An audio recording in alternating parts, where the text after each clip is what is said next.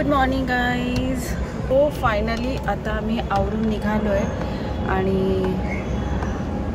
Fresh तर वाटते पण स्वेलिंग आहे फेसवर आणि झोपेतून उठायला थोडासा उशीर झाला, आवरायलाही उशीर झाला आणि आता वाजले आहेत 11:30 पावणे 12चा टाईम आहे आणि माझं जे काम आहे ते सायंकाळी आहे. सो तोपर्यंत मला टाईमपास करायचा आहे, म्हणजे नाही सॉरी 2 वाजेलाही माझं एक काम आहे, सायंकाळी पण माझं एक इम्पॉर्टंट काम आहे. पण 2 वाजेपर्यंत मला माहीत नाही आहे मला काय करायचं. सो आता मी डिसाईड करतो की मला कुठे जायचं आहे. त्याच्यानंतर 2 वाजेचं काम संपवून पुन्हा मला टाईमपास करायचं आणि मग पुन्हा 4-4:30 वाजेचं एक काम आहे. ते फिनिश झाल्यानंतर मग मी पुढचा प्लॅन करणार. सो रात्री खूप मजा आली, खूप धमाल केली आणि फक्त फिरले मी. म्हणजे आम्हाला लिटरली यायला 4:30 झाले होते रात्रीचे आणि खूप म्हणजे जे पण मी झोपले असेल ना ते सकाळी झोपले असेल 4:30 वाजेपर्यंत. 4-4:30 वाजेपर्यंत तर बिलकुलच झोपलेलो नाही आहे. म्हणजे 4 वाजेपर्यंत तर फिरतच होतो, त्याच्यात तोपर्यंत झोप नव्हती आणि झोपायला पण पूर्ण सगळं आवरायला मला 5 वाजले आणि मग सकाळी जे पण काय झोपले असेल ते सकाळी झोपले आणि पुन्हा बाहेर निघायचं होतं तर 10:30ला उठले, बाकीचं आवरलं.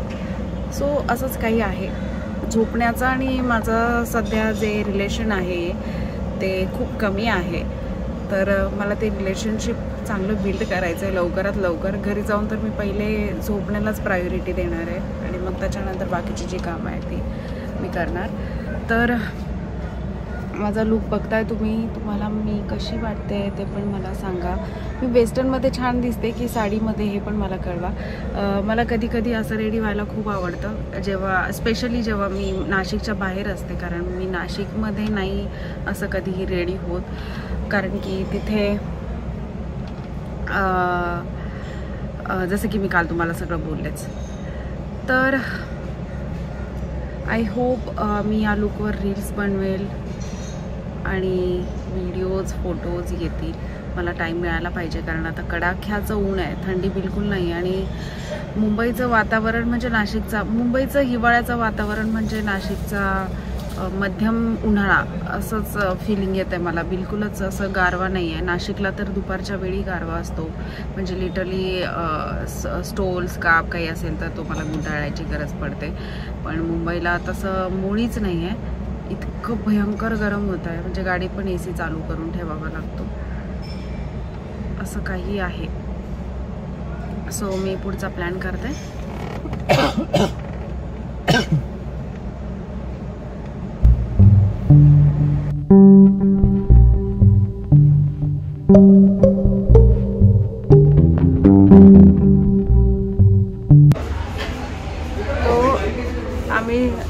आम्ही आता अशा कॅफेमध्ये आलो आहे जिथे चांगल्या पद्धतीने प्रोनाऊन्स पण नाही करू शकत आहे मेन्यू कार्डमधले जे पण व्हेन्यू आहे.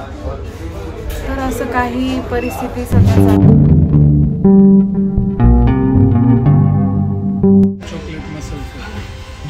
ब्राऊन चॉकलेट,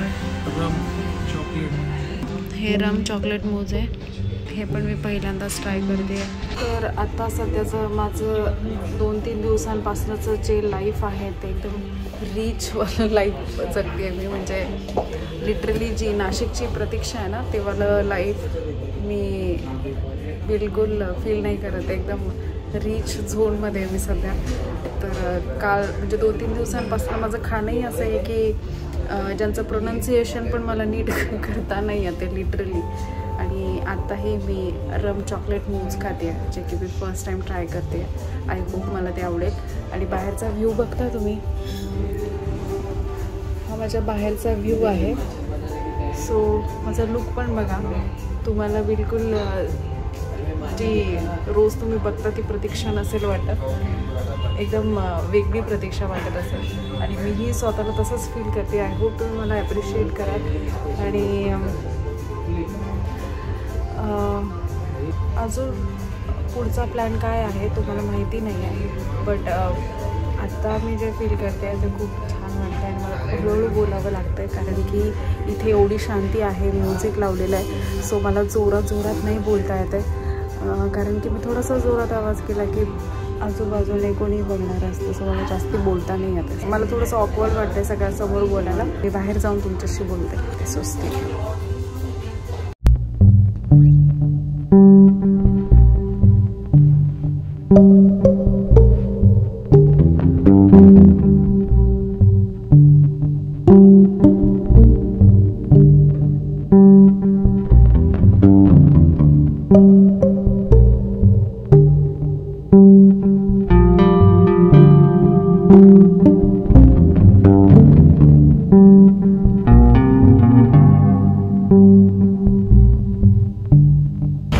हो ना. सो मी जस्ट व्हिडिओज बनवण्यासाठी इथं थांबले होते. एअरपोर्टच्या साईडला आहे मी आता आणि फ्रेश वाटतंय मला आता.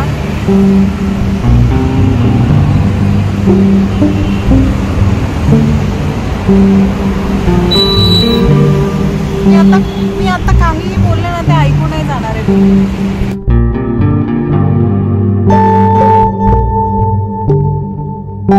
प्रचंड भूक लागली आहे.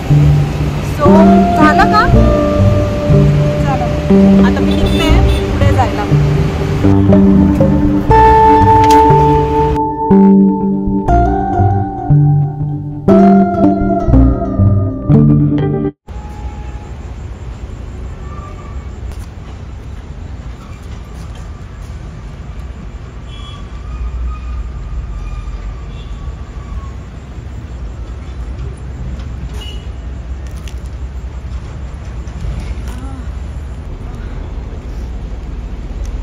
त्रास होतो खूप भयानक.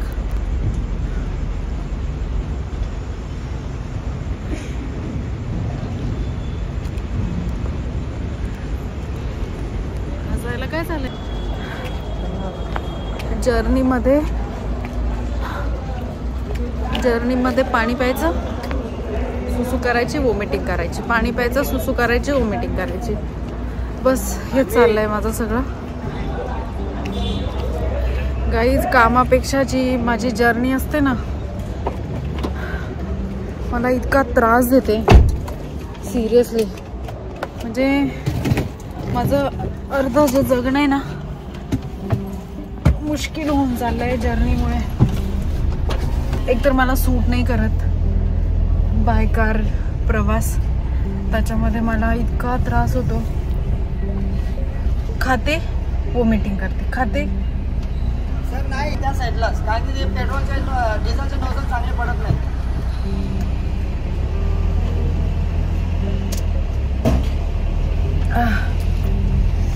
आता बरं वाटतंय जरा.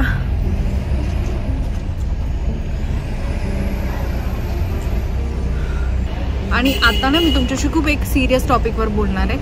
आता झालं काय, मला इतकी घाणेरडी परिस्थिती होती माझ्यावर की म्हणजे जसं आम्ही मुंबईहून निघालो, हायवे लागला, तर हायवेवरनं ना खाली उतरू शकतोय आणि ना कुठे थांबू शकतो. आणि मला ना इतकी जोराची सुसू आलेली, पण मला ते कंट्रोल करावं लागलं. जोपर्यंत पेट्रोल पंप किंवा कुठलं हॉटेल येत नाही आहे, ढाबा येत नाही आहे, तोपर्यंत मला कंट्रोल करायचं होतं. आणि जिथनं आम्ही निघालो तिथं हायवे संपायलाच ट्रॅफिकमुळे इतका टाईम लागला. त्याच्यानंतर हायवेवरून पुढे येऊन पेट्रोल पंप लागणार होता, ना कोणतं हॉटेल लागलंय ना ढाबा लागलाय, आणि मध्येच थांबू नाही शकत आहे. तोपर्यंत मला सुसूला कंट्रोल करायचं होतं आणि मी कंट्रोल केलंही. मला मळमळ पण होत होती आणि सुसू पण आलेली, आणि दोन्ही गोष्टी कंट्रोल करणं गाईज म्हणजे मला तुम्हाला वेगळं सांगायची गरज नाहीये. म्हणजे जिवंतपणेच नरक आठवल्यासारख्या भावना असतात त्यावेळी. तर मी कसं तरी कंट्रोल केलं, बोलत आले, आणि पुढे आल्यानंतर फायनली हा जो पेट्रोल पंप आहे हा लागला आणि माझ्या जीवात जीव आला. आणि जसं जसं पेट्रोल पंप जवळ येत होता तसं तसं मला सू करायला अजून प्रेशर येत होतं. आम्ही थांबलो आणि इथे आल्यानंतर कळतंय की त्यांच्या टॉयलेटचं काम चालू आहे. सो त्यांचे टॉयलेट जे आहेत ते त्यांनी क्लोज केलेत, म्हणजे तिथे जाऊ नाही शकत. तर त्यांनी इमर्जन्सी म्हणून एक छोटंसं टॉयलेट जे आहे ते समोर दिसतंय तुम्हाला स्क्वेअरवालं, ते छोटंसं टॉयलेट, त्या टॉयलेटमध्ये त्यांनी जस्ट असं प्लास्टिकचं काहीतरी उभं केलंय आणि मध्ये ना एक टॉयलेटचं भांडं लावून दिलंय. आता झालं काय की तिथे जे टॉयलेटचं भांड आहे तिथे उभं राहायलाही जागा नाही आहे. इतकं प्रचंड घाणेरडं की आपण बायका आपल्याला तर बसण्याशिवाय ऑप्शन नाही, आपल्याला बसावं लागतं पूर्णपणे आणि मगच आपण ते करू शकतोय. आणि उभं राहून तर आपल्याकडनं होत नाही. तर झालं असं की ह्या सिच्युएशनला मी काय करायचं. आणि हा ना खूप बायकांना प्रॉब्लेम येतो. म्हणजे ऑलमोस्ट सगळ्यांनाच असतं की तुम्ही जर कुठे जर्नीला निघालाय तर सुसूचा खूप मोठा प्रॉब्लेम असतो. आपल्याला इमर्जन्सी कधी जायचं असेल तर काय करायचं. आणि त्यात हे एवढं घाणेरडं जे सिच्युएशन असतं त्याच्यामध्ये आपल्याला इन्फेक्शन्स होण्याचे इतके भयंकर चान्सेस असतात. म्हणजे 100% चान्सेस असतात की आपल्याला इन्फेक्शन होतं, मग डॉक्टर गाठावा लागतो आणि ह्या गोष्टीचा खूप लाईफमध्ये प्रॉब्लेम होतो. तर त्याकरता म्हणून मी आज खास मी हे का बोलतेय, कारण बायकांना माझ्या ज्या बहिणी आहेत त्या सगळ्या सफर करत असतील ह्या सगळ्या गोष्टींना घेऊन. तर म्हणून मला तुम्हाला हे सांगणं खूप गरजेचं वाटलं की तुम्हाला हे नक्कीच हेल्पफुल ठरेल.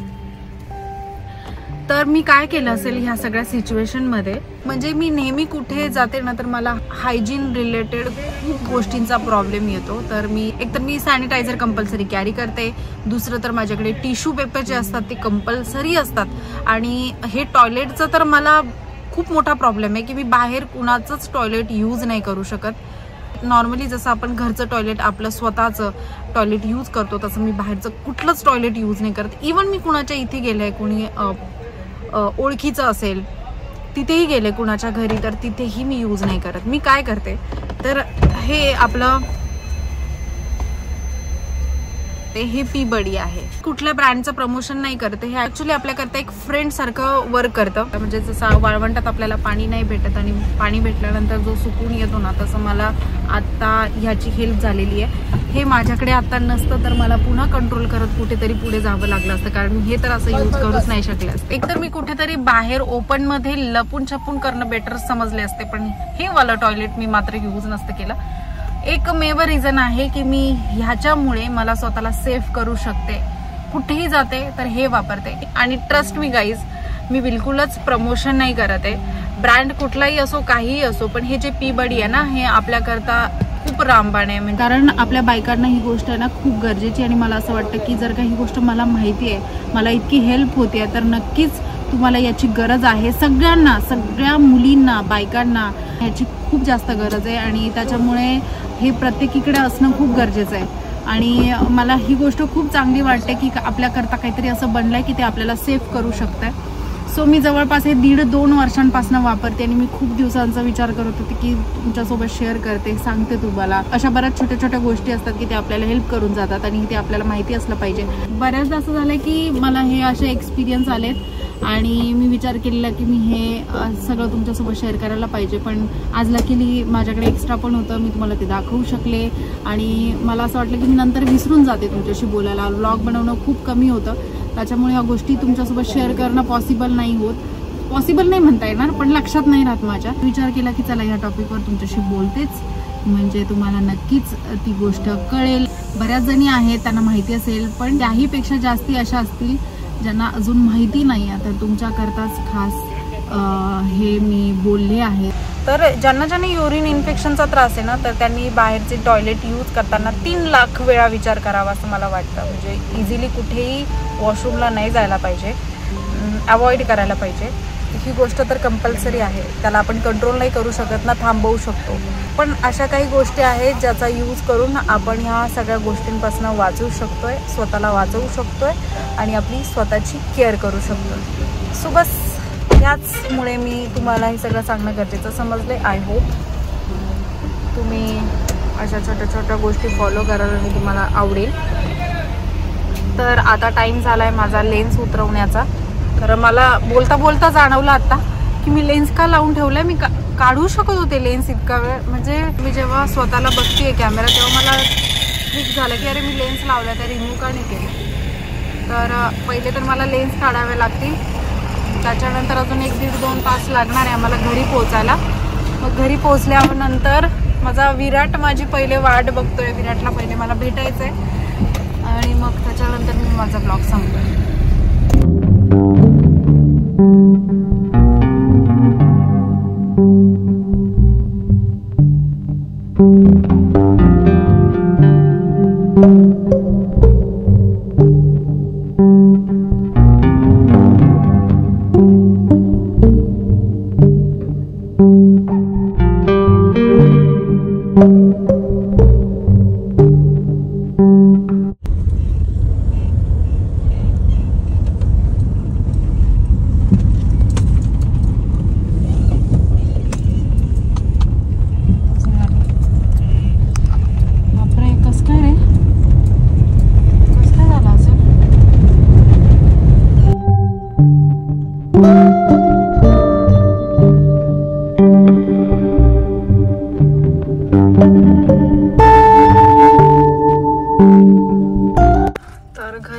पोहोचता क्षणी मी काय बघतीये, आमच्या बाई चालू असताना अचानक बंद पडल्या.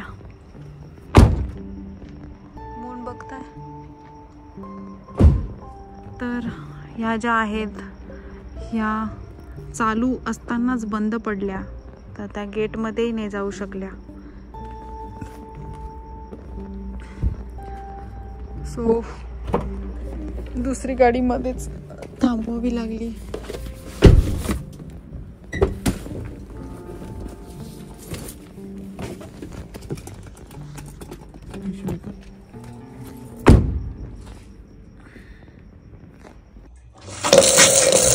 घरी पोहोचले, स्वच्छ अशी आंघोळ केली आहे, पाण्यात मीठ टाकून मस्त आंघोळ केली आहे. आता थोडंसं खाणार आहे मी. आल्या आल्या तर पहिले मी माझ्या वासराला भेटले, माझं वासरू, आणि त्याच्यानंतर आंघोळ केली, आवरलं, कपडे बदलले, आणि आता मी खाणार आहे राईस फ्लॉवर आणि त्यासोबत थोडीशी डाळ. हे खाल्ल्यानंतर मी थोडंसं बसणार, 5 मिनटं TV बघणार, आणि मग त्याच्यानंतर काहीच न बघता झोपणार आहे निवांत. आणि सकाळी निवांत उठणार आहे, कारण की माझी बिलकुलच झोप होत नाही आणि माझ्या डोळ्यांवरचा स्ट्रेस किती ताण पडतो तुम्हाला दिसतच असेल, तर त्यांना रिलॅक्स करणं खूप गरजेचं आहे. माझी बिलकुल झोप होत नाही आहे. सो थोडंसं लेट उठेन मी, आणि माझं जे डेली रुटीन आहे ते पुन्हा नव्याने स्टार्ट होणार, जे की मी तुमच्यासोबत रोज रोज रोज टाकण्याचा परिपूर्ण प्रयत्न करेल. तर हा होता माझा ब्लॉग. आय होप तुम्हाला हेल्पफुल ठरला असेल, काही गोष्टी तुम्हाला शिकायला भेटल्या असतील, काही गोष्टी मे बी तुम्हाला आवडल्या नसतील, तर त्याकरताही मला ॲप्रिशिएट करा. आणि बस एवढंच होतं माझं सांगणं. तर भेटूया माझ्या नंतरच्या व्हिडिओमध्ये. तोपर्यंत बाय बाय.